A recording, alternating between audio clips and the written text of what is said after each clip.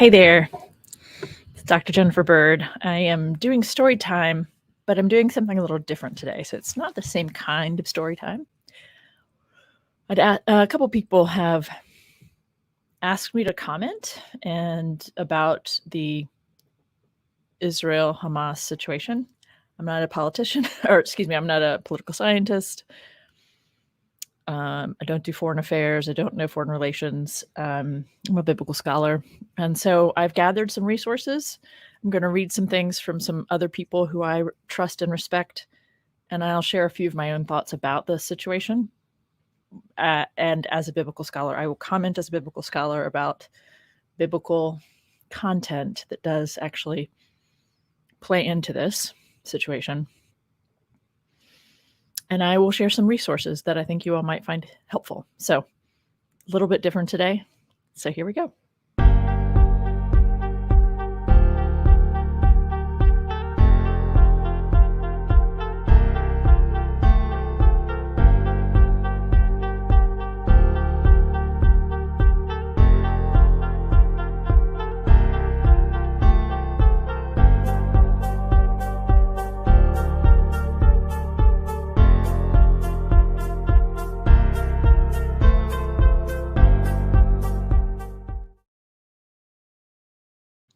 So I don't know about you all, but I am deeply upset by the whole situation of what's happening. So let me just name, and I get, kind of in a downward spiral. Think about it too much. And it's not impacting anyone I know personally. So let me just name a few things. Okay. First of all, Hamas is a terrorist group. It's an ideological terrorist group that manipulates religious belief to informing a particular agenda. So they do not speak for all Palestinians. That's important to note, right? What they've done is not supported by most Palestinians, right? Terrorism is not supported by most humans. Most humans do not support terrorism. Okay, let's just note that. Whatever the ideological agenda is of Hamas, it is horrific. And I am told, right, that they have desires or designs to, I don't even want to speak the words, like eliminate Israel and Jews. Like, I don't even want to say that, but if that's their agenda, there's no tolerance for that. There's no place for that in this world, in my opinion. So there's no space in my thinking for siding with what happened on Saturday. I also don't think it helps when we think about this in terms of sides. I think that that's a part of the problem. And I watched the first half of a seminar today put on by the Council on Foreign Relations. I will share the link to the recording of that. It was an hour-long session, very informative, very helpful. I'm also going to share some other sources from them here in just a minute. Oh gosh, I just got myself distracted. Trying to talk about all those different things. So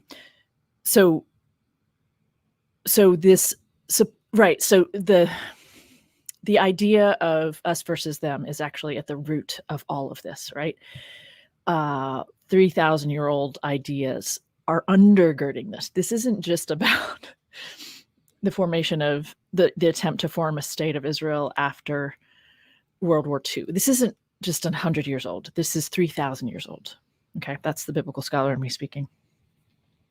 But this issue of us versus them, the idea that we need to take sides, and let's be very clear, the United States has taken a side, okay?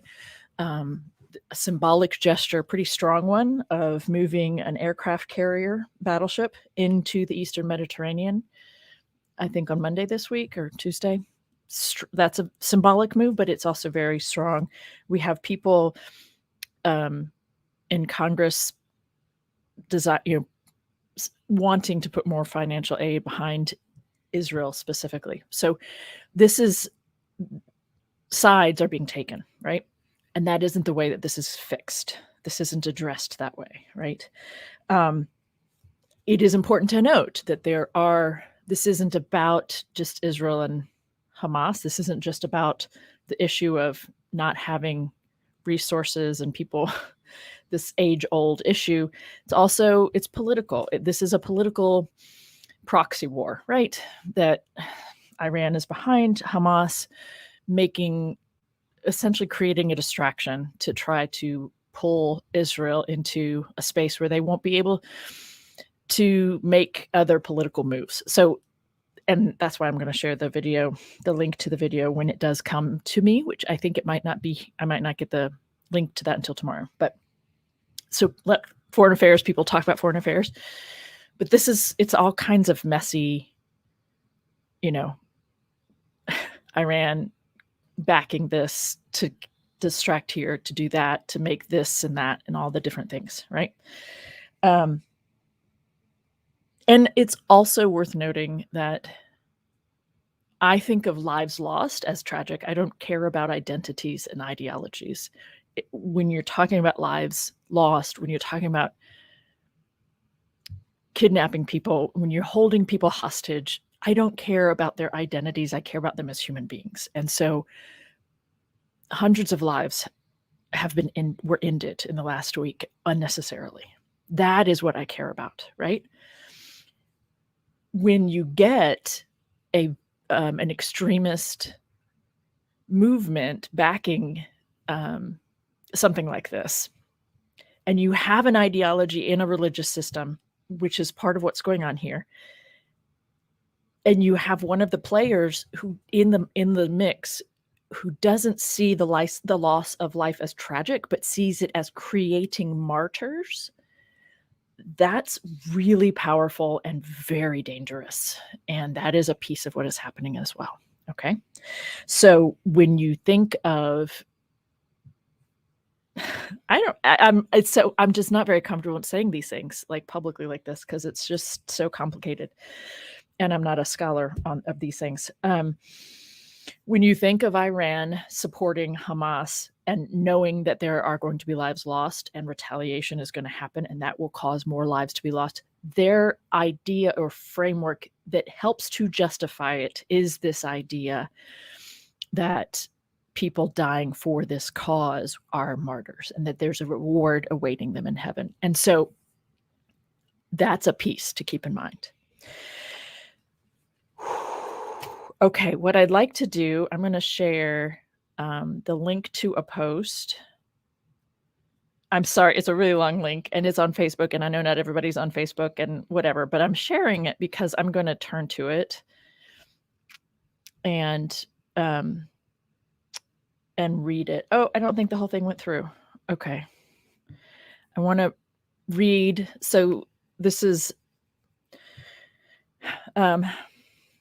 a friend of mine. Let's see, it's not working. Okay, yep, that is working. Okay, so Mark Leuchter is a colleague of mine.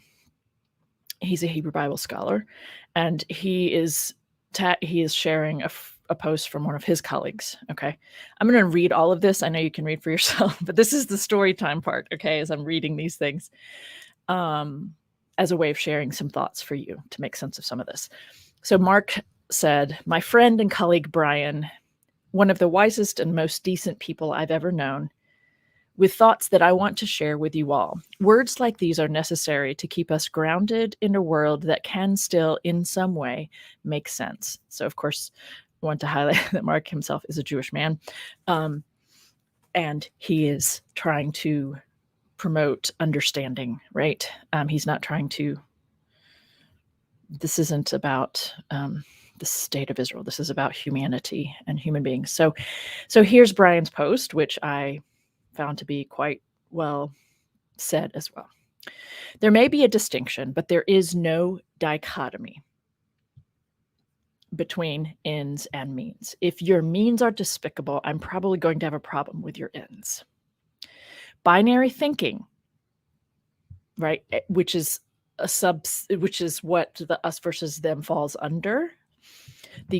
So he's saying binary thinking, the go-to in this conflict, is going to kill us all. And I agree with him, right? That's one of the primary themes of biblical texts, by the way, is creating an us versus them. It's not just a Hebrew Bible issue. It's also absolutely a Newer Testament issue. It's one of the things I try to get people to think about. So binary thinking is going to kill us all, and it's way beyond impossible to have any useful discussion or even debate under this corporate anti-social media regime. I grieve deeply for those two generationally traumatized populations. These two generationally traumatized. I don't know what any of you do in terms of understanding the effects of trauma, but this is a very real piece of of what is going on in this part of the world. It's not just 2 or 3 generations. It's this part of the world has been traumatized for thousands of years, okay? People living in it have endured, gone through, passed down the effects of trauma. So he says, I grieve deeply for these two generationally traumatized populations and wish activist communities in North America, both pro-Israel and pro-Palestinian, would quit trying to emotionally blackmail people into saying one side of this sick cycle of violence and trauma is worth supporting over the other. In this issue, siding with the lesser of two evils, in your mind, will not work. The evils, whether you perceive them as lesser or greater, reinforce each other in a way that the widely accepted politics of both populations cannot handle. This cannot be sustained, right? So he's saying Israel, Zionism, right? There are problematic elements of of both pieces he's putting out there, right? Palestinians, the 1960s, early 70s style national liberationism awkwardly mixed with religious fanaticism, right? This is why you need to study history. This is why, right? This is why it matters, right? This is a complete and utter systems, I'm just going to say it, clusterfuck that has a lot of semi-autonomous moving parts on historical, religious, policy, and human psychology levels that have to be looked at. That's what we mean by this is complex.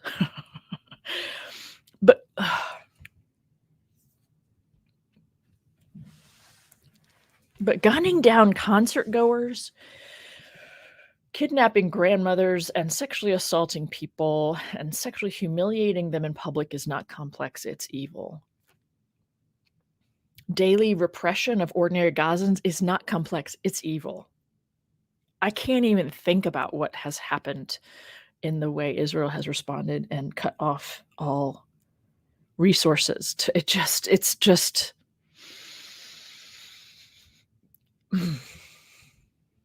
in North America, the entire conversation is activists minimizing. He's so spot on here, minimizing and rationalizing the impact of what their side does because they insist the other side is to blame.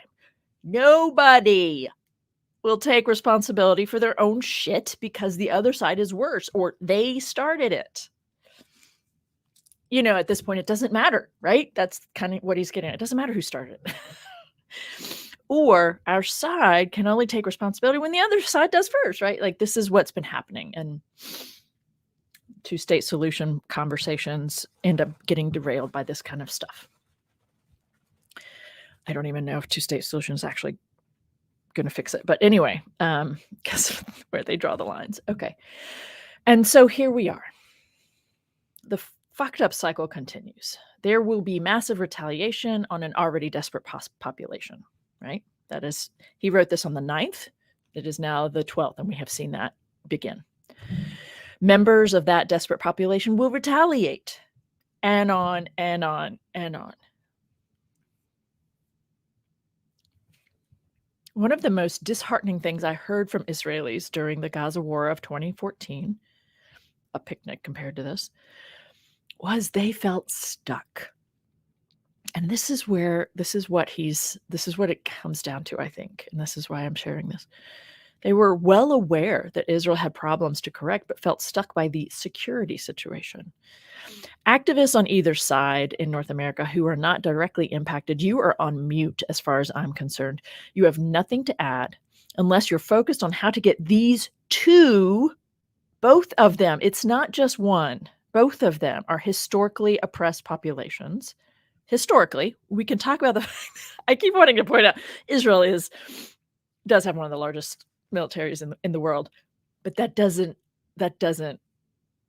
negate the historical trauma, okay? It's complex. Okay. Just have to say it. I'm sorry.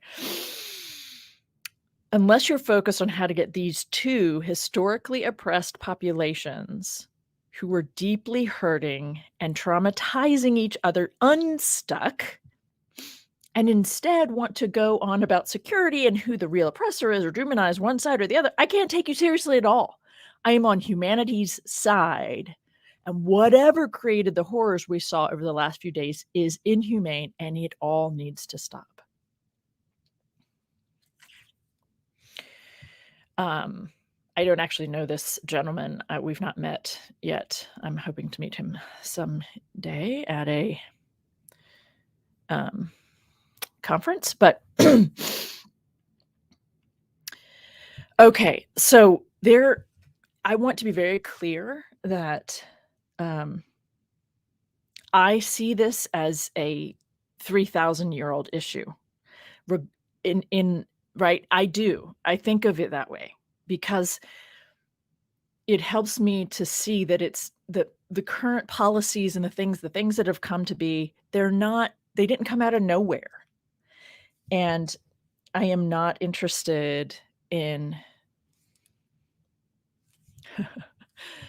oh gosh, it's just so complicated. Okay, let's stick to the pieces you can do. Stick to what you can do. Okay. I posted the other day, help me understand this. How is it that the same, Congress will not continue to support Ukraine in its war against this massive foe of Russia, but they will put money to Israel, right? So people are making political and economic moves based on a really weird understanding of some form of Zionistic return of Jesus thing going on over here. Like this is the thing to note about humans and how religious ideologies are also informing Christian people in this country, and a misinformed understanding of scripture and what all this means in terms of Israel and blah, blah, blah, blah, blah. That's also a piece of what's happening. I want to share some people that I'm connected to. There's a group of people called WATER. It's Women's Alliance for Theology, Ethics, and Ritual. And when I was able to go every year to my annual conference, I would meet with people who were part of WATER and a feminist liberation theologian network. One of the most inspiring couple hours of the year for me, actually. And so this group of women, WATER, if you're interested in this kind of stuff, they do have interns every year. They're in the DC area. But they sent out this today.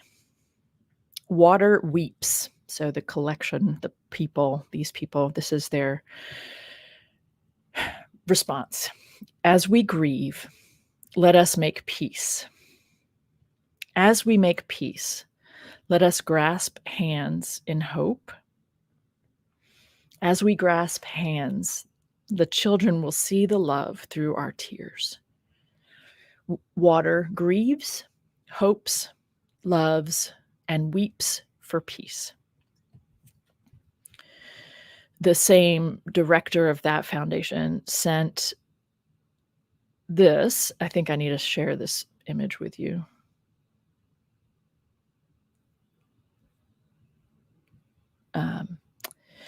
Just a simple email from I don't know what JV's, Jewish Voice for Peace.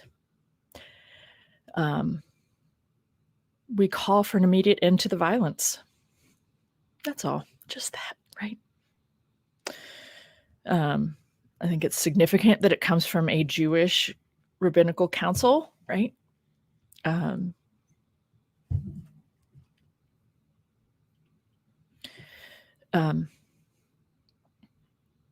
And what else did I want to share with you? I'd like to share with you this website. So I referred to it a minute ago. The Council on Foreign Relations is a group. It is a think tank in DC.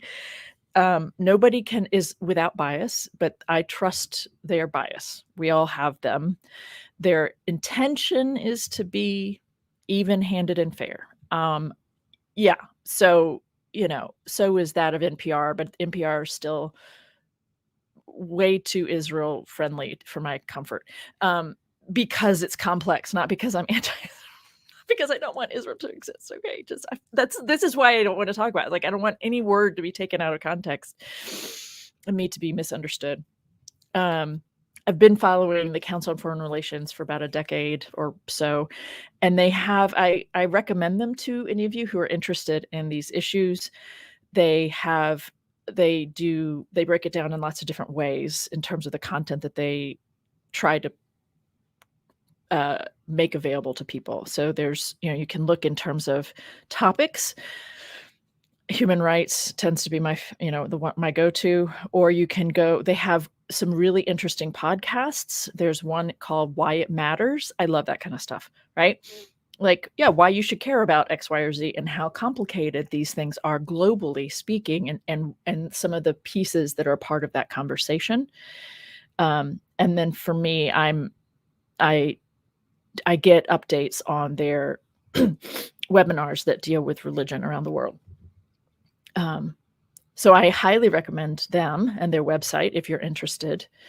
There is a 30-minute episode that aired 2 days ago about the Israel. Can you all see that? Is that the? Nope, you're still seeing that one. Okay. Doesn't change when I change. Okay, I have to stop sharing. Sorry. We're going to come back over here and we're going to share a different page. Sorry about that. Nope, that one. There's a 30-minute Israel-Hamas war conversation about what's going on. Yeah, it's kind of hard for me to follow right now because I'm just so freaked out about it all. But I will share the. Oh boy, Eric, you're right about that. I definitely agree with your comment there. Yes, I will share the link to the video of the hour-long conversation, which was incredibly helpful for me. So I recommend that when that comes out. What else did I want to share with you? I think I shared the things I wanted to. And, as I...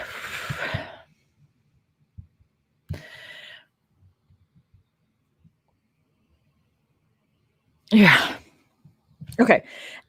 And as I looked at 1 Samuel, I looked at the next chapter, thinking about what to read, and if I was going to read some passages in Scripture and in the Bible, and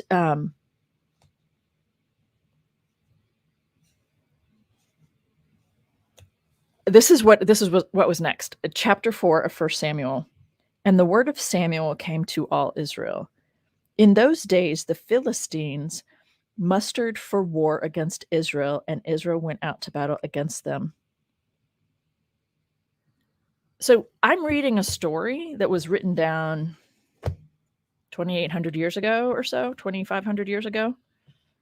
And the name Philistine, right? The Philistines were there first. Let's just be very clear about that.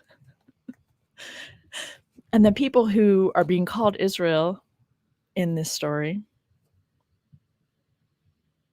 are the newcomers and have a divine land grant. And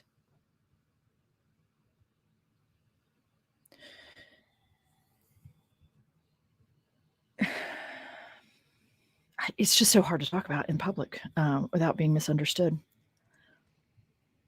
I had a Jewish student who took a couple courses with me when I was teaching at University of Portland, and I asked her to consider the effect that the biblical narrative has on her belief about the people she identifies with, right? Jews. The belief that Jews have a claim to a certain part of the world, that certain piece of land in that part of the world. I asked her to think about the effect that this biblical promise has had on her, on the people she comes from. And she is a incredibly intelligent human being and compassionate. And she resisted at first, but very beautifully came to consider that she had been taught her whole life, and all of the people every generation prior, that she God gave us this land. God promised us this land. God gave this is our land. God gave us this land. And she would tell me, this is it's like part of, like you say it all the time. This is our land. God gave it to us. God promised it to us. And I, through various resources, some of which I'm kind of, I wish I could tell you about, but I'm aware that the book I had students read actually has very problematic elements to it as well. So the basic premise, I was inviting students to see that it's made up, right?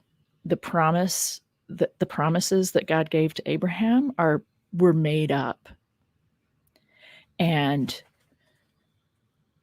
people have treated them like God actually did say that. And because people treat them that way, there might as well be a God who said it and made it real.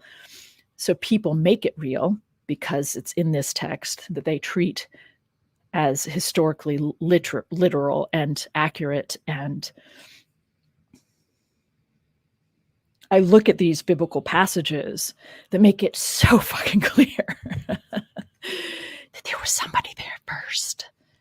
And, I was trying to pull some clips from one of the recordings in the last week or two, and I was talking about the four theories about where the people of Israel came from, historically speaking. And I can't share the shorts right now. I can't share those clips right now. It's too volatile to even, put that out there. That but I'm saying it anyway, again, right? It's like the people that became Israel were already living in the land, or if we're going to trust Joshua, they came from outside and conquered. Either way, they have no more claim to the land than anyone else, or they have less claim because they weren't there first. But because the biblical narrative tells us over and over and over and over again that the people who were there first are evil, and God despises them, and God loves this people instead, and you get to have the land because I say so, people trust that. I don't know if you understand the extent to which people trust that. And I hadn't questioned or challenged it until after graduate school. So to me, this is one of the most stunning pieces of material reality of biblical texts. And to be sure, it was complicated after World War II, it wasn't like, well, this is where there were ideas around the globe. But don't underestimate the power of this narrative to have informed what most people thought was just, well, this is where it belongs. One book I can recommend is called The Lemon Tree, and it has a pretty long subtitle, I think. But it's about this. It offers some historical context, a couple generations of it prior to 1947. That I think is helpful. And when it's not a novel, it's a story. It's a retelling of reality. So I'm sorry, Sandy Tolan, I think is the author's name. That one I can recommend because it humanizes the whole thing, and it also puts some things in context. Philip Davies, I could recommend his biblical scholarship, but it's hard to access. But he does a lot of trying to get people to be honest about these biblical narratives and myths that were written to try to justify the existence of a particular group of people historically. They needed to be able to claim they needed some stability, right? They keep getting trounced on by these empires coming through. So some of the people needed stability, and so they tried to create it for themselves by naming it, stating that it was true. And but that's not the same thing as, like, it's kind of like, yeah, the need to be able to feel safe, right? That was the struggle. But in doing so, they created harm to other people, right? So that's these biblical. I can't turn a page without seeing Gaza, right? Or Philistines, which I'm not trying to say it's a one-to-one connection, but listen to the words there, Palestine, Philistine. There's a etymological connection between these two, not a direct connection, but there's the reason that these names are being used, right? It goes back. There's a connection historically, linguistically, people-wise.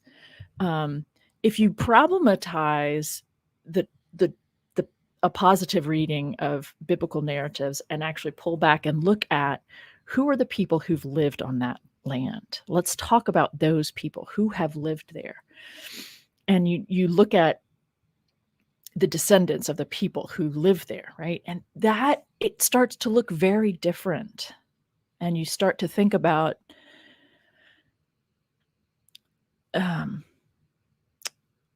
the people who've lived on that land and whether or not they have a claim. Oh, Myth Vision's here. Thank you, Derek. The people who live there are humans and they matter. And so I would recommend that instead of thinking of that you, if you're looking for some advice or some input beyond any of the like I recommend that you start reading about the history and don't just go back to the Balfour Declaration 1911. Don't just go 100 years ago, right? Read about the history of the land.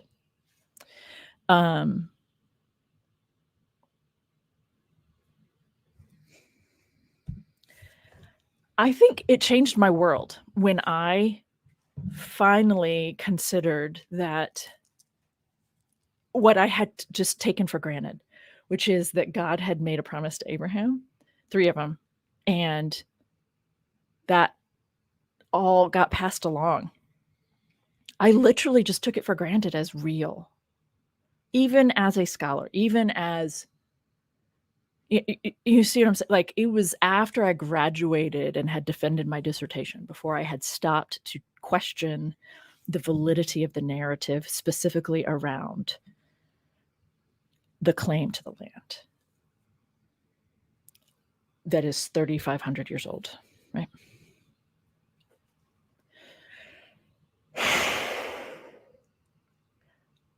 I am trying to problematize that framework. I'm trying to problematize suggesting that this is real, because it's not. We made it real because we uphold it, but it's not. It wasn't. It came out of a need people had. Okay? That's a different thing than saying there was actually a voice from the cloud that said that this is where these group of people get to live.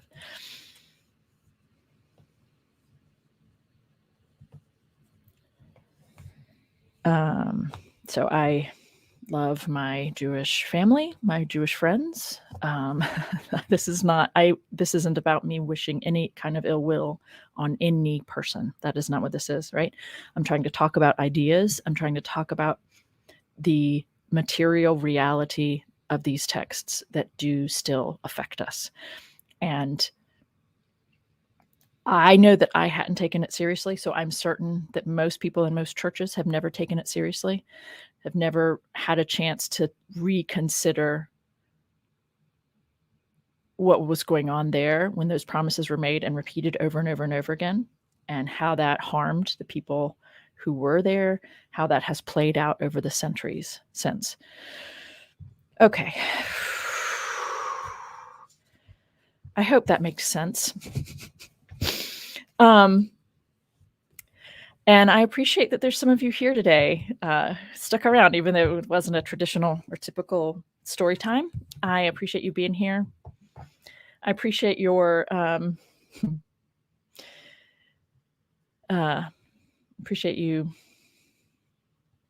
your comments and your support, and I appreciate just that there's some really lovely people who showed up here who wanted to and were able to, and so thank you for being here. Thanks if you're watching this later. I hope there was something helpful. That was my intention, was to try to talk about some ideas that are maybe not necessarily typically a part of what you're hearing. That's why I shared the resources that I did. Let me share the cfr.org is cfr.org is a resource I trust. And again, as I said before, everybody has a bias, but I trust them to be attempting to be as hearing the various pieces honestly.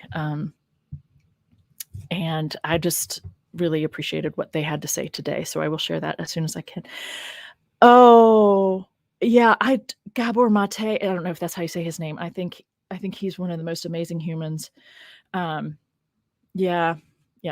And for those of you who weren't here, I shared, if you've just chimed in, I hope you will go back and watch or listen to in the earlier part of this, because I read a post from a Facebook page that I think speaks to what offers a really helpful perspective.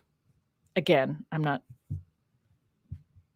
interested in demonizing. I'm interested in understanding, and I care about humans. So I denounce violence and the terrorist attack that initiated this latest round of violence that is going to continue to play out, unfortunately. Thank you for being here, and we'll be back to regular story time next Tuesday. Thank you.